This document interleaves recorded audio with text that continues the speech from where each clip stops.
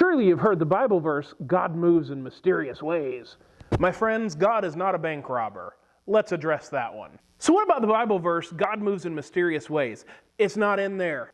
I've heard some people tell me that their parents have quoted that to them since they were born. It's not in there. And their grandma told them that scripture and everything else.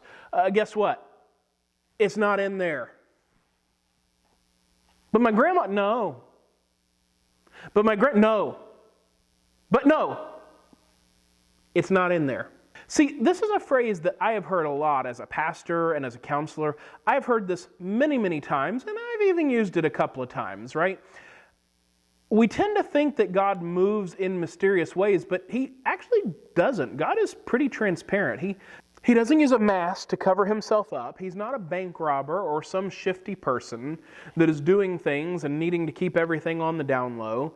God is actually pretty clear about the things that He does. I mean, even in Genesis chapter 3, we have the promise of Jesus returning at some point. I mean, we don't have the name Jesus in Genesis 3:15, but we have the promise of the Messiah. It's all the way back to Genesis. So God is extremely clear in what He's doing, and it's really not that mysterious.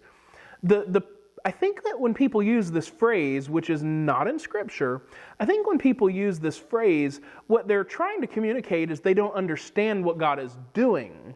And that sometimes the things that God is doing seem completely random or completely mysterious from their perspective. But honestly, God exists in a way that we can't comprehend, and God's ways are higher than our ways. So it shouldn't be surprising that we don't understand everything God does. In fact, if we understood everything that God does, we would have to be equal to Him.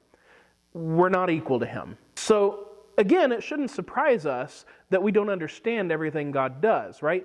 I mean, my 5-year-old asks me all the time, why are we doing one thing instead of another? And quite frankly, I'm the parent. I don't owe him an explanation all the time. And believe me, if I allowed it, he would ask all the time.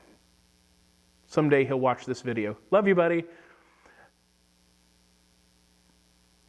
But just because we don't understand doesn't mean that what God is doing is mysterious. It may seem mysterious to us, but God is quite transparent with everything He does. He tells us His plans. He tells us exactly what He's going to do. He often, not always, often tells us the what, the when, and the who through Scripture if we're paying attention.